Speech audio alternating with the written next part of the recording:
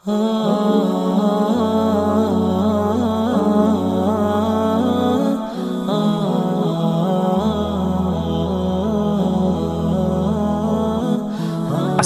warahmatullahi wabarakatuh. Sobat beriman yang dimuliakan Allah.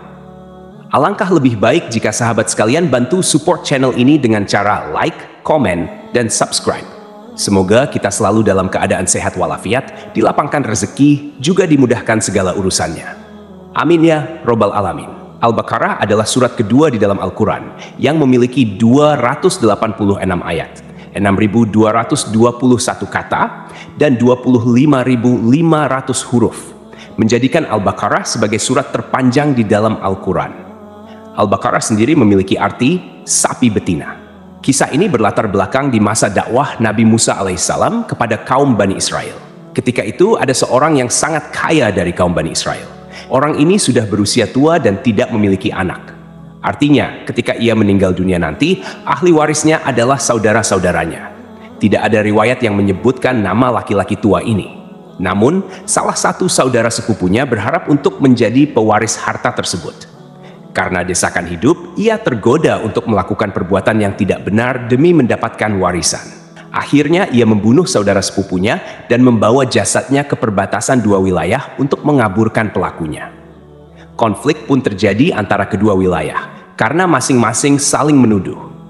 Ketika situasi memanas dan perang hampir pecah, seorang kakek bijak menyarankan mereka untuk menemui Nabi Musa guna mencari solusi.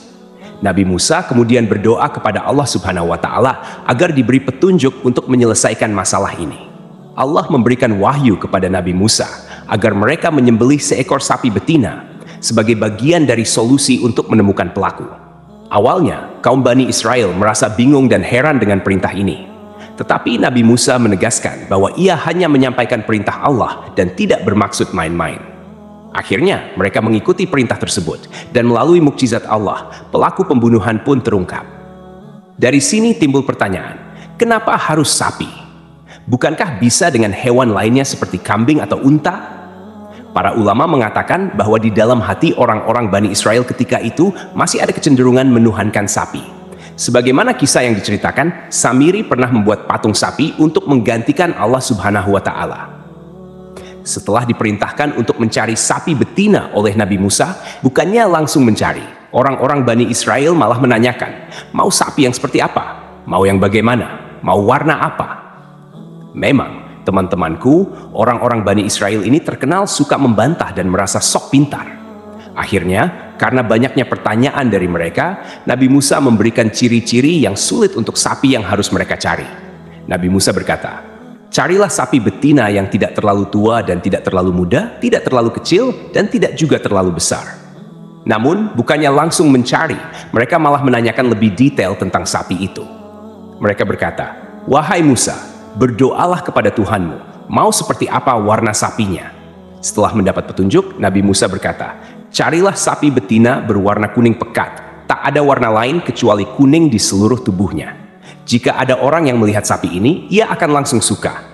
Karena sifat mereka yang terus membantah, akhirnya Allah benar-benar memberikan tugas yang sulit kepada kaum Bani Israel ini. Jika saja dari awal mereka langsung mencari sapi tanpa bertanya ini dan itu, tugas ini tentu akan lebih mudah. Akhirnya, penduduk Bani Israel mulai menyebar untuk mencari sapi yang dimaksud. Sobat beriman yang dimuliakan Allah, kita tahan dulu kisah ini. Kita beralih ke kisah yang lain. Ada sebuah keluarga yang hidup dalam kemiskinan. Sebelum meninggal dunia, ayahnya menginfakkan seluruh hartanya dan hanya menyisakan seekor anak sapi betina untuk anak dan istrinya. Artinya, satu-satunya harta mereka adalah sapi warisan ayahnya. Ketika anak ini tumbuh dewasa, ia sangat berbakti kepada ibunya. Setiap hari, anak ini pergi ke hutan untuk mencari kayu bakar, membawanya ke pasar, lalu menjualnya. Hasilnya ia belikan makanan untuk dirinya dan ibunya di rumah. Ia terus melakukan ini demi menyambung hidup. Suatu hari, ibunya berkata, sesungguhnya ayahmu dulu telah mewariskan seekor anak sapi betina untukmu. Ia meninggalkannya di dalam hutan. Pergilah, ambil hakmu atas sapi itu. Akhirnya, pemuda ini memutuskan pergi ke hutan. Di sana, ia menemukan sapi warisan ayahnya, lalu membawanya pulang ke rumah. Sesampainya di rumah, ibunya berkata, engkau adalah orang fakir dan tidak memiliki harta.